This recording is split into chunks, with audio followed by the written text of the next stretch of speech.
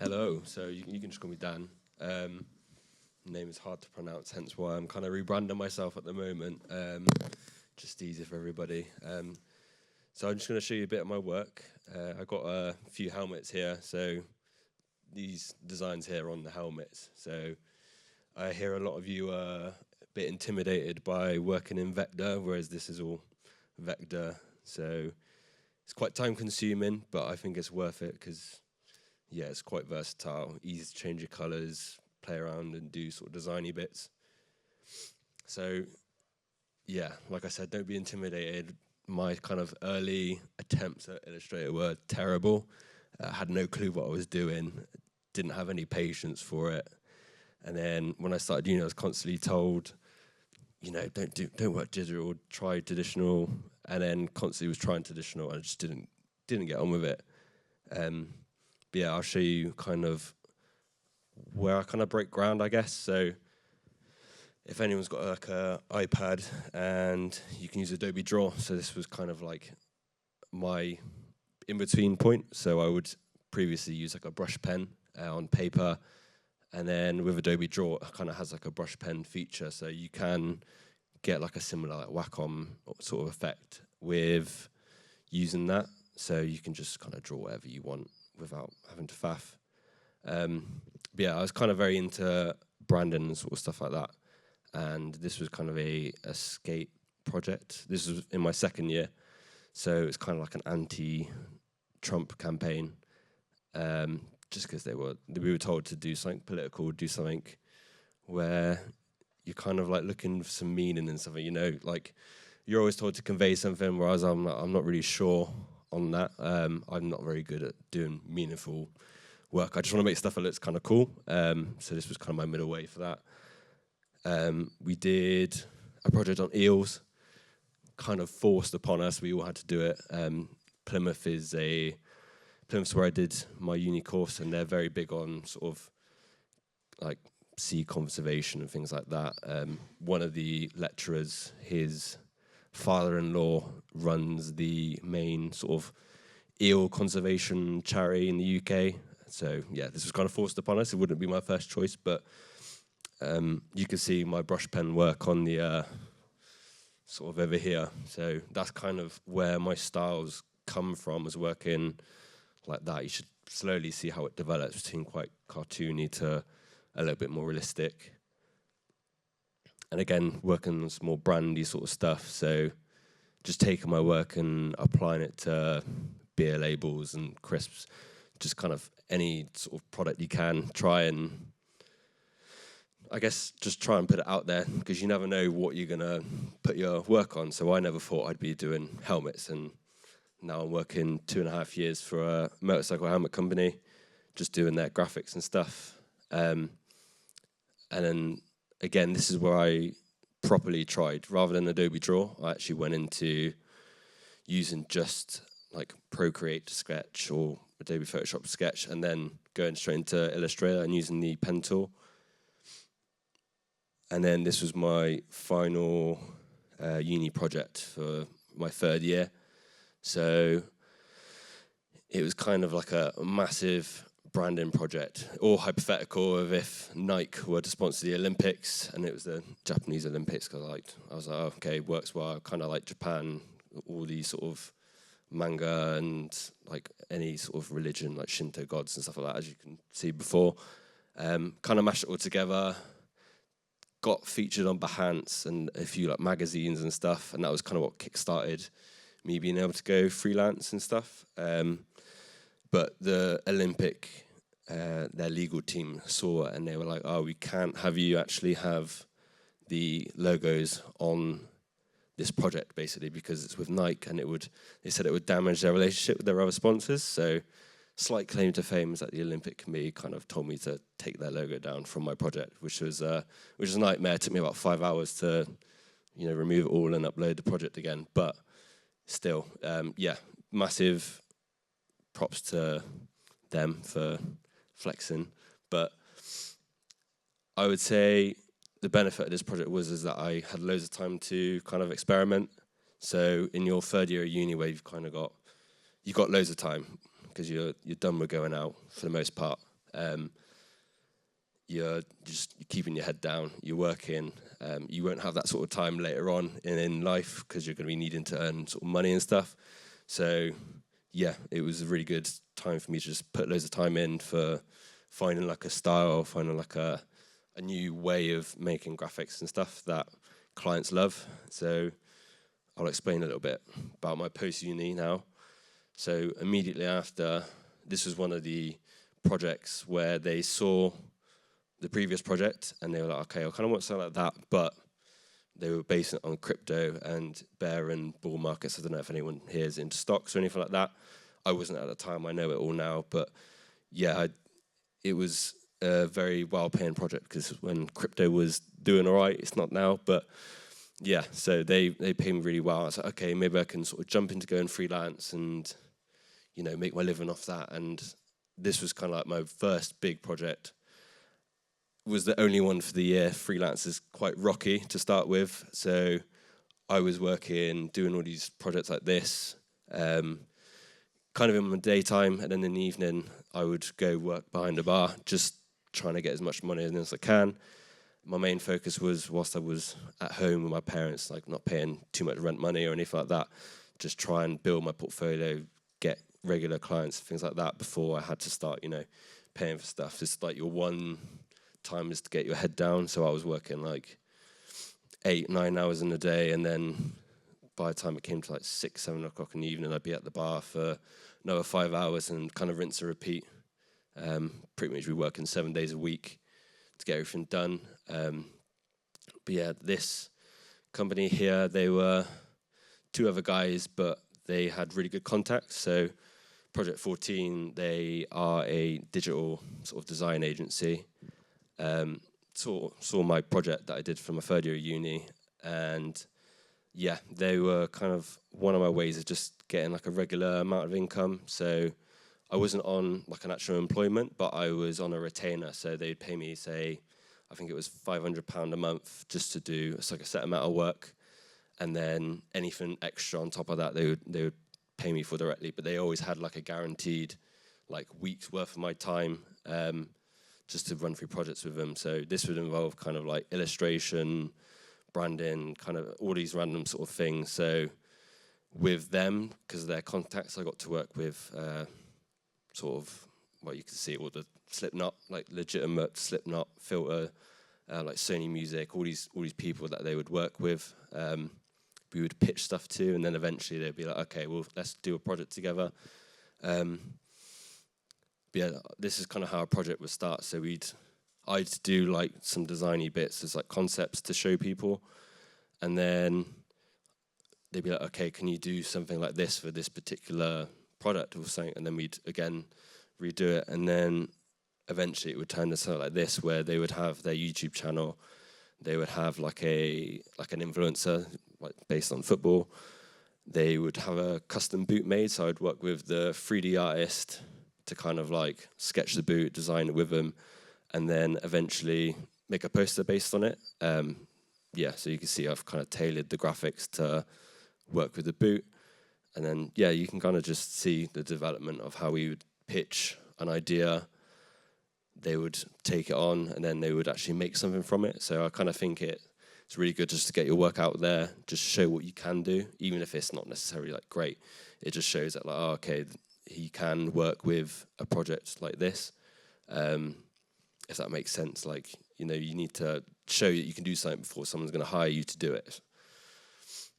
But yeah, again, one thing led to another, and we were pitching stuff for Jadon Sancho. So this was when he was like sort of kind of rising to fame. We'd pitch all these products, like, you know, what if we did this, what if we did that sort of thing.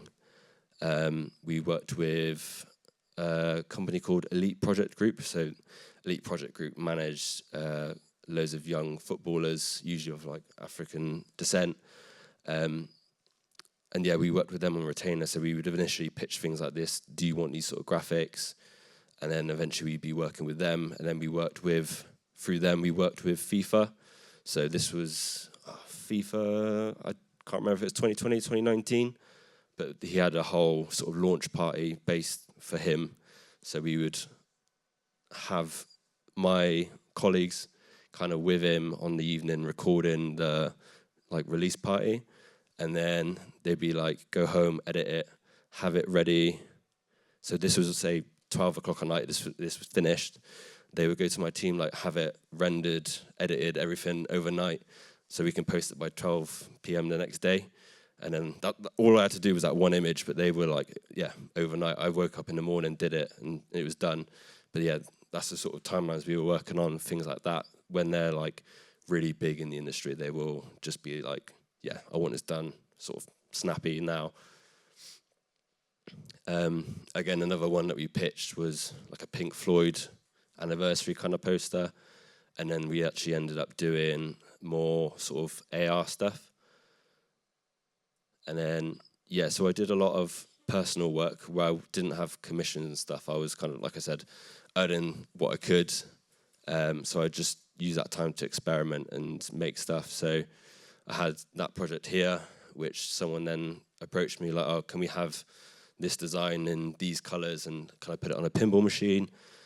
And then someone else came to me like, oh, I like this design, but I want a different pose, and I want to use it for my own branding. So again, it later sort of approached that commission on the right.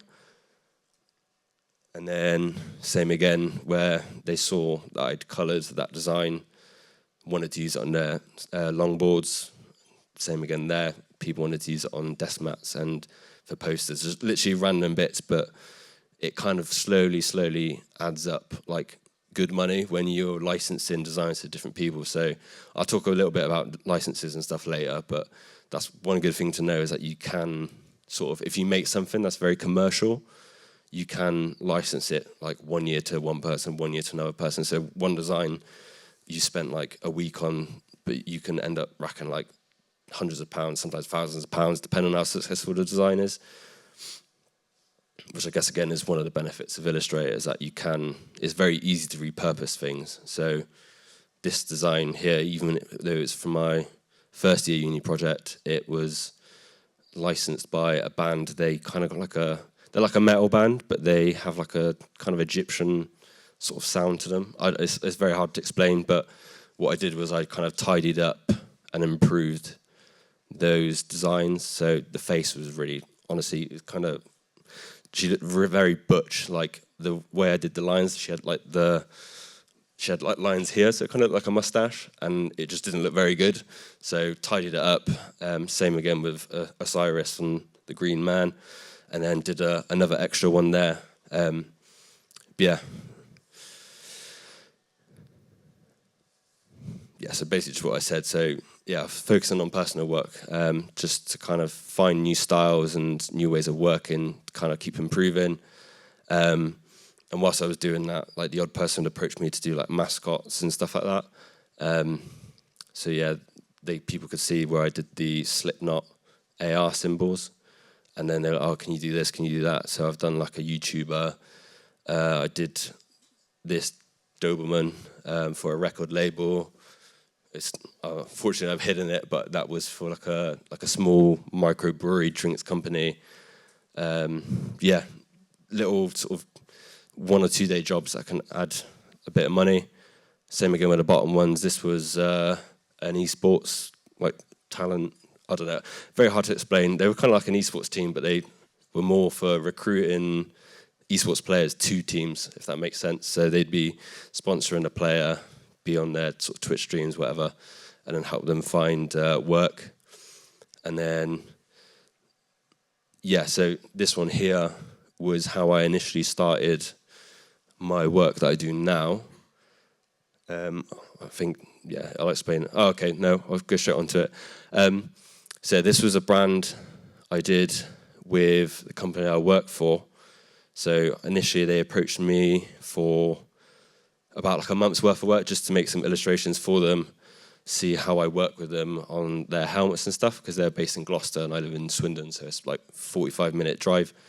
And we ended up doing an entire sort of 200,000 follower brand, multi-million pound kind of worth of products.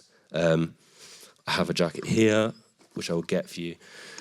So I was kind of with this like every step of the way through. I sketched the jackets. I got no sort of experience whatsoever with clothing design, but we ended up designing, like, with a clothing designer, all these like 8 different jackets to start with. They are really well rated in sort of motorcycle abrasion.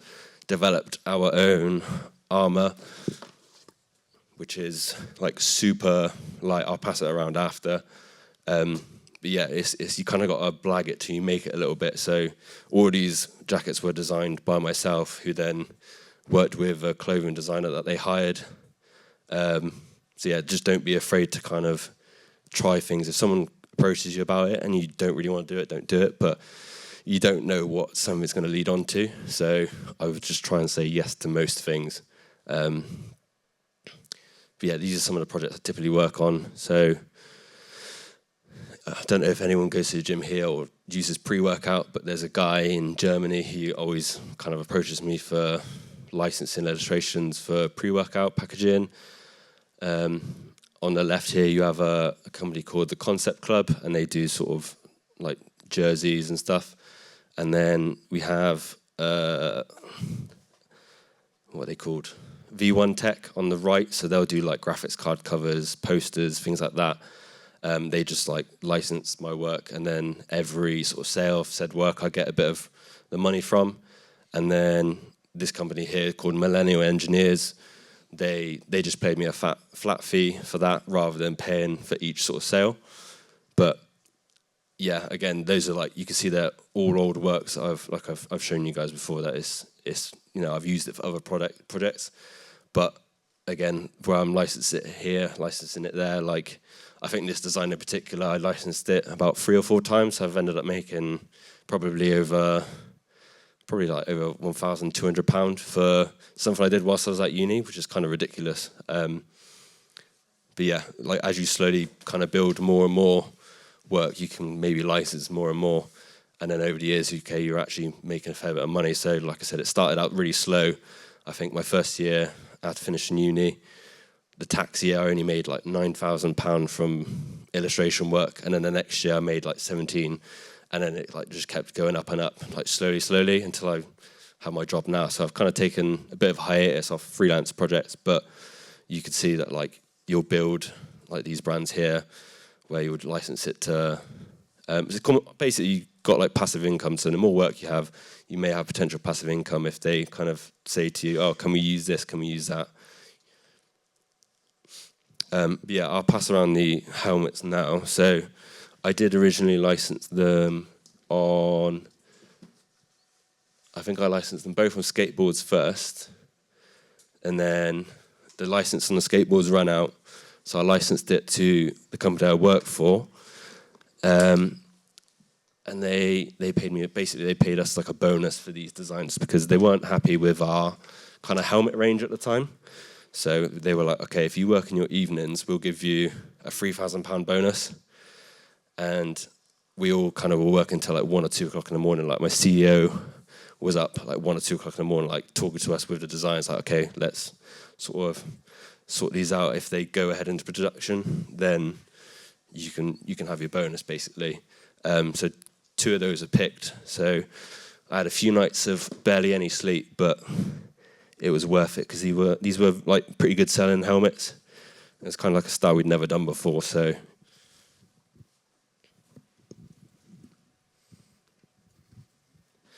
but yeah, motorcyclers love, I'll do it to this other side, they love red and gold. So this one started off green, and you kind of get the Kawasaki green, which is like really vibrant green, but it doesn't really work with the Japanese sort of style. Like Japanese art is always very like washed out, like watercolory, kind of never really too vibrant.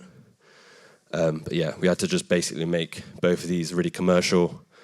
And part of the challenge is these designs. So the helmets, the way we print is kind of almost like a screen print. So the more colors you have, it's much more likely that you're going to mess up. So if you ever try doing a screen print yourself, the more colors you have, the more layers you have to do, the more chances are like, oh, if one thing is not aligned, then it's gonna, you're gonna mess it up. So we had to kind of cut back the colors. So for example, like the creams for the horns, there was like one cream color and one shade, which we then swapped to just like a silver on this one. And then on this one, we just made everything grey and gold because, yeah, the less colours you use, the more cost-effective a product becomes. So that's one of the things you need to think about when you're kind of designing for screen print. I also did the Domestica course. I'm not going to promote it, but it just basically runs through my process of going from like a sketch design to vector in it. Again, same helmets.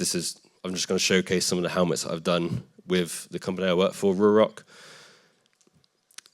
So we would work on like flat designs as well. So again, it's not my favorite thing to do is these flat designs, but when we're concepting and like sketching something, and if it works, you're kind of expected, okay, we need to like make this, let's do it. Like it's your concept. You be the one to take it from concept to final artwork. So yeah, this one's like a flat gold, but the flat gold just sells really well. And yeah, everyone, not everybody, but like bikers tend to like Norse mythology. It's just very sort of butch kind of thing, I guess.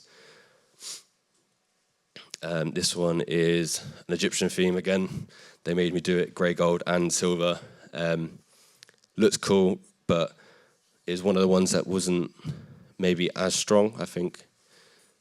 I think it sold pretty well, but like not like fantastically. So we're constantly like internally debating like what's going to be the best way to show off a design, and you know, I love personally having loads of detail in it. So I put as much detail I can in each sort of helmet. I want people to be able to pick it up and like kind of look into it and be like, oh, okay, that's really cool. There's so much detail. Like they've obviously worked like really hard, really long on it, but you've also got to make sure like the silhouette of the design looks really good. So if you have loads of like illustration in this middle bit, then like it makes it a lot harder to see the teeth from like a distance. So you always got to think about how is whatever you're making going to be viewed, which kind of like sometimes you just don't really consider that. And then you put it out into the world and you're like, oh, okay, if I'm looking at that from a distance, I can't actually tell what it is. So I think this is one of the ones where like having this big black space in the middle, you can see, oh, okay, it's like gold teeth. But then the side art, like you can't from a distance really tell what it is, especially from the size of a head. Yeah, this again, when I mentioned like not having the black space, although the red looks really cool, not having like the black space in the teeth makes it kind of hard to kind of view like all the separation and have like a clear silhouette on the helmet, which is one thing that we've slowly learned through the years of like working with like other artists and stuff, that like we need to have like a good silhouette on the helmet.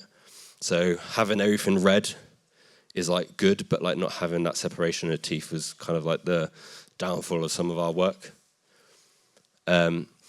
We worked with DC quite a lot as well, just on like official licenses, because one of them companies that's just like big enough to be able to get a DC license.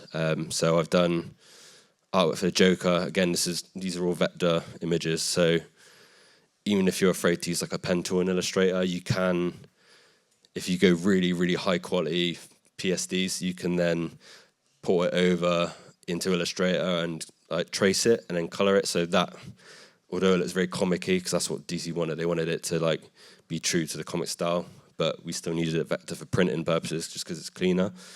We just did it that way, and it does work. It still looks comic-y, but it is like clean vector art. Same again, this is a Batman helmet. The challenge of this one is not having big bat ears, because Batman is he's a very dark character. It's his silhouette that is the key thing. But we worked with the movie license of the helmet, and so this is like on the Robert Pattinson films.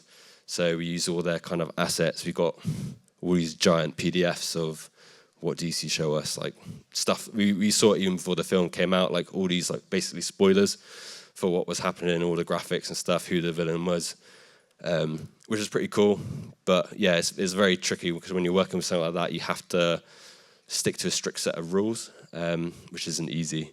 So some concepts are just, they constantly reject, because it's like, oh no, this is straying too far from like what we've sent you, or like our asset library or things like that. Like it's not easy working with companies that are this big, which I also learned through Project 14, the other company that we worked with.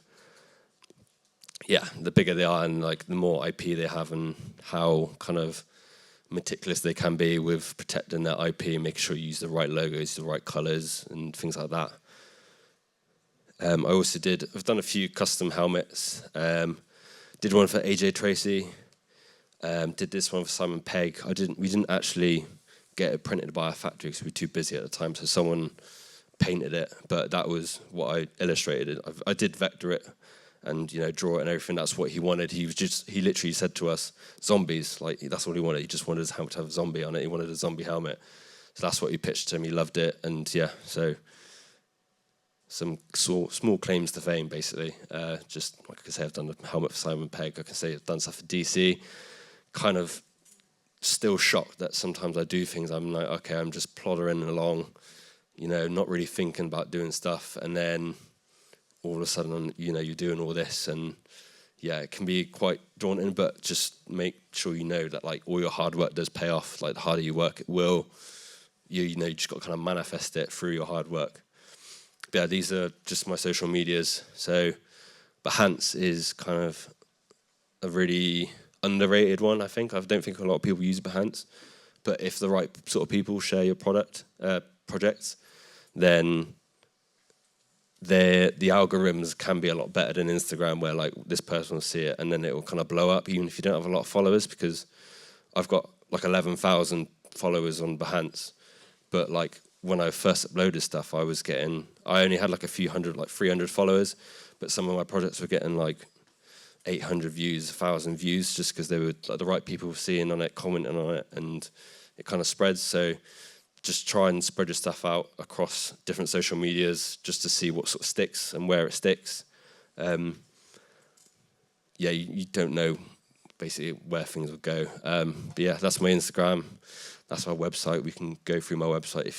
I don't know if anyone wants any help with, you can always, if anyone wants to, just follow me on Instagram and DM me if you want questions about anything. But yeah, your website's basically your portfolio. I would keep on top of it, because before this I've been going on a bit of hiatus. I'm getting married in July. I've been doing loads of stuff in my house and garden. Like I've just not had time to do personal work. I've got a dog who's a rescue, and she's very nervous, so she's a lot of work.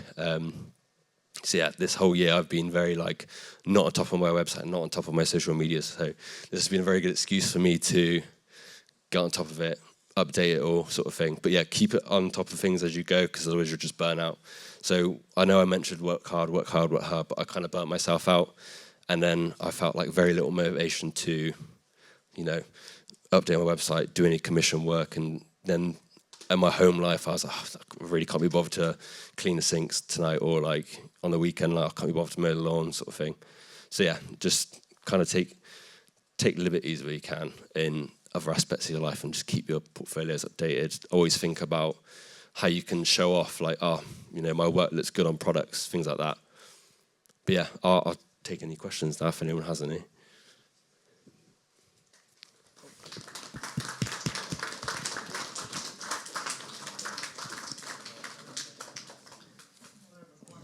Okay, so I'll just bring the microphone over to you.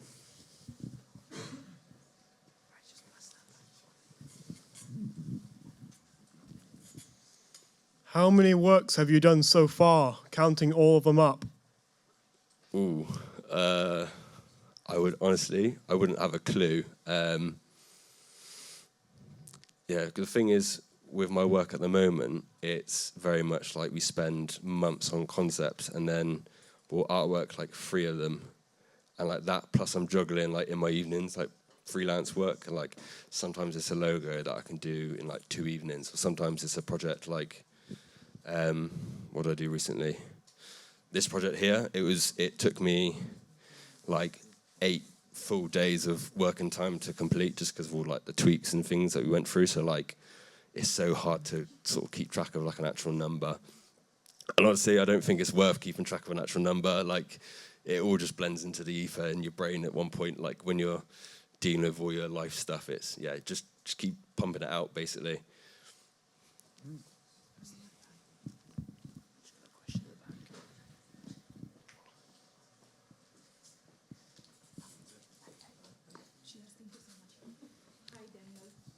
Hey.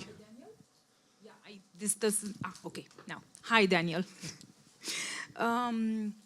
Love your work. Thank you so much for coming. And now you said you're going to talk a bit about licensing. Obviously, I feel like illustration is somehow very, I don't know, niche.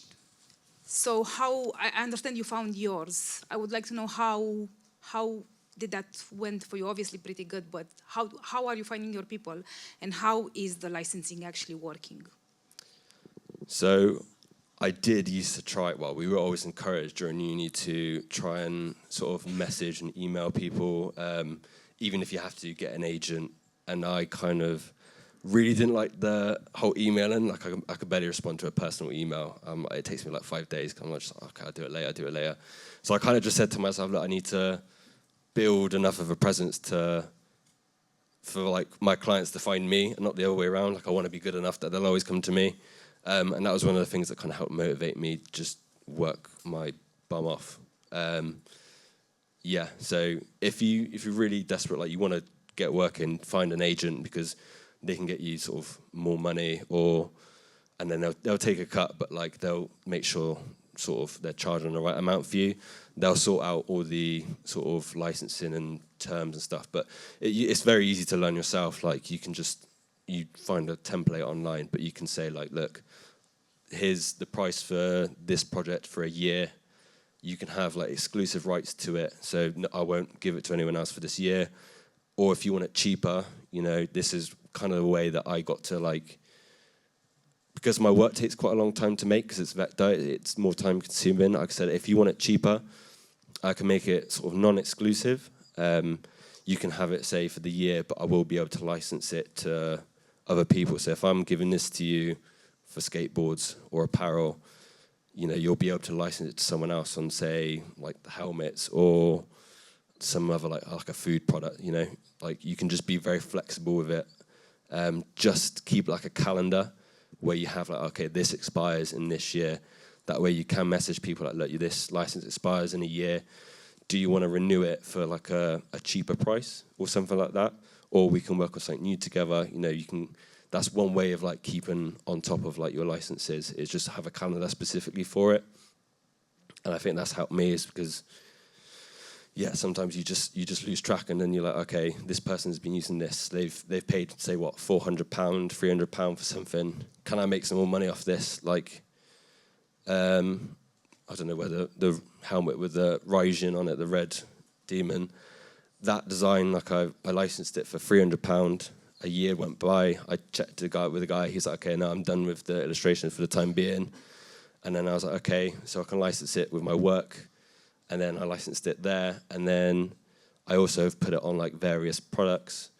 And then on top of that, I know someone in China who makes vapes. They then decided to steal the design, put it onto their products. And I basically caught them out. And I said, look, you can either pay me like the percentage of what I would charge you for like each product. So they sold like thousands of these vapes with that particular design on it. And I was like, okay, the reality is that license, you got to think, it's worth like 10% of what they make from each of those products, so that you can price things that way as well. Like, okay, if you plan to make 500 of these and you're selling them for £25 each, I want like 10% or 7%. Like it can vary depending on how desperate they want you, but they ended up paying me like £3,000 because they sold thousands of these vapes for like 18 or £20 each or something like that. I was like, look, you can either do that or go the legal route, and you work things out in the end. And I said, okay, you can pay me that amount and still use the product because I don't mind. You've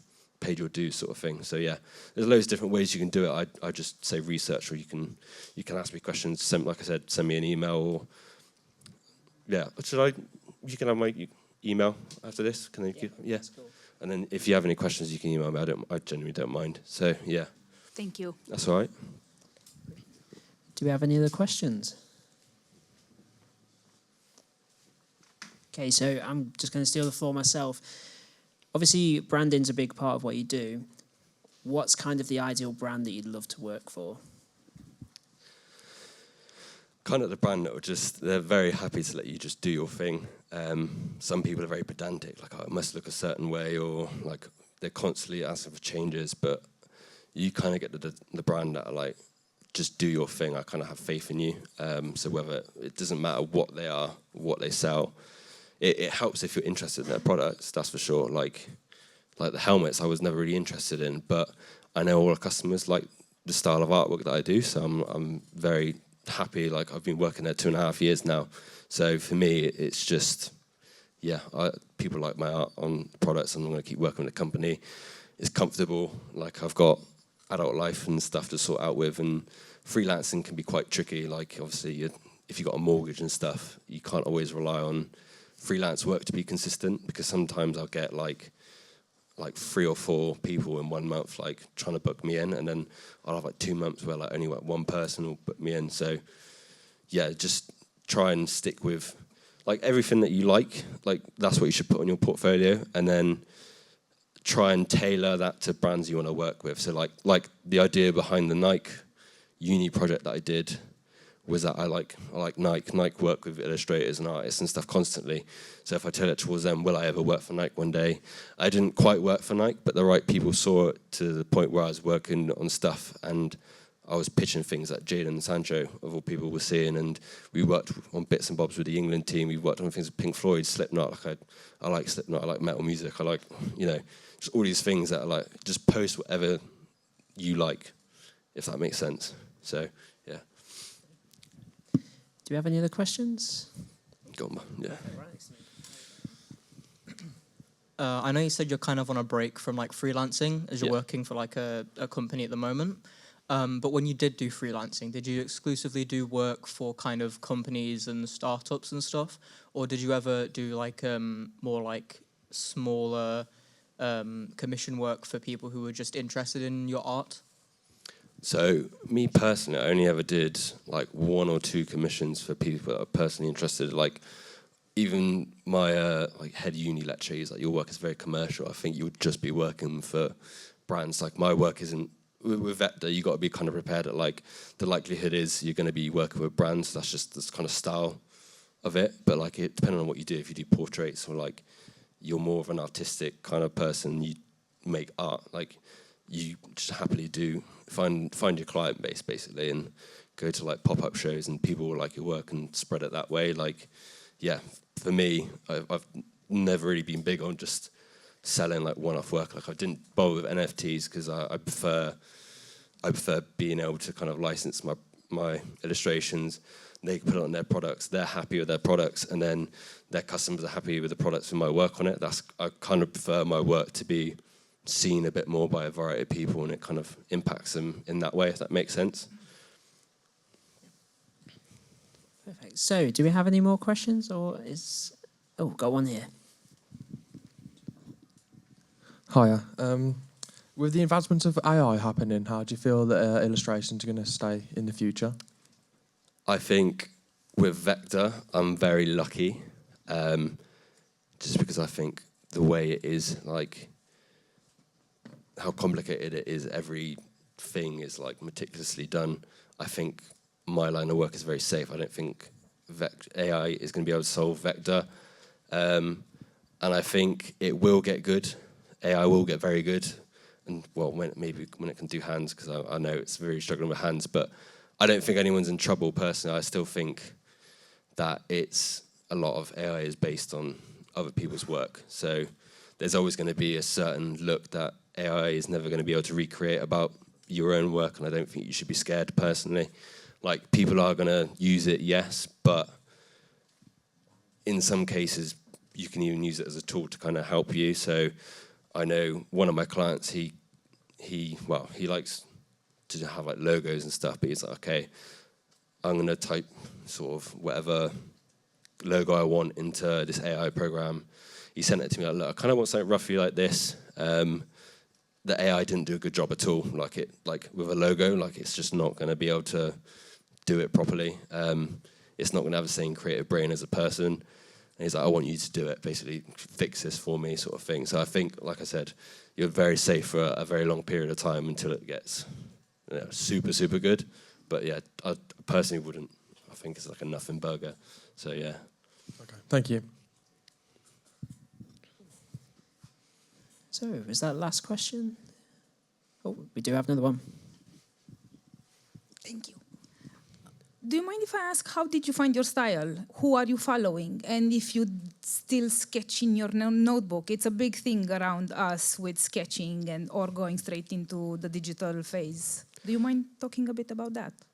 Yeah, so I've got like, well, I basically I've bought prints of all the artists that I like, and I've got them like across my wall in my office. So I've got quite like a wide wall.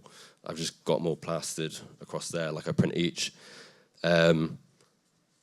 So there's like probably like 10 artists I always focus on. I can show you their websites after maybe, but that's kind of my inspiration. I always keep in front of them, like I want to be as good as this person.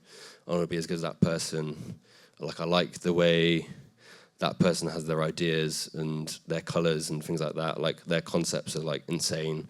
You know, can I make my work a bit more psychedelic, take that approach, but do it in my sort of style? Yeah, so I will show you, if we got time after, I'll go through some of the artists that I like. But in terms of the sketching, I don't go out and sketch, so I don't go and do portraits because that's not what I do. But every now and then I will go in a notebook, and I will just kind of doodle, because sometimes I feel like getting trapped into like a Wacom is like very different to the feel of a notebook. And sometimes like I won't be able to do something on the Wacom that day. I will go into a notepad and I will sketch it. I'm like, okay, that's the shape I want. Like it's flowing better on a piece of paper, and I'll just then scan it or take a photo of it, then tidy it up on Photoshop later on. Like I still think it's valuable to go out and sketch if that's what you do. If you do portraits and stuff, like the whole, live sketching people. I know I followed an artist recently, and that's his whole thing. Is he just does random portraits in like, he mixes blue and then red pens, and like that is his whole thing. He's got 100,000 followers on Instagram. Like he's really massive. Like, just if you enjoy it, just keep doing it. Don't force yourself. But like if that's what you do and you find that it's working for you, just keep pushing it. That's right. Right. So, do you have another one? A lot of your work seems to be like very inspired by like mythical creatures and like religious kind of figures in a lot of like Asian religion, and it's very interesting. But do you think you'll ever kind of expand and try out different things? Maybe because I know some gods, like the Egyptian ones you did, were more humanoid in some of them. Do you think you'll ever do something similar like that again, or do you think you would just want to stick with kind of mythical beings? So the mythical beings are what I enjoy it more than the faces, because I used to rinse portraits. Like I was always taught, like, you got to be good at portraits, but like when you're making a product, people don't want a portrait on there unless it's of a famous person. So unless that person or like is approaching you, then it's kind of like a higher skill ceiling, if that makes sense, to have to do portraits. Whereas this, you can kind of slap it on anything. But like definitely it would be open to doing more faces and stuff. Like I don't know if anyone's heard of a game called Smite. I've got like 1,000 hours in that game that I used to play when I was like 16, 17, and that's kind of where like my love of like all the gods and stuff sort of came from. And like I said, I like all the Japanese mythology, and that's why I did the project on the like Shinto gods. I read manga and stuff like that constantly.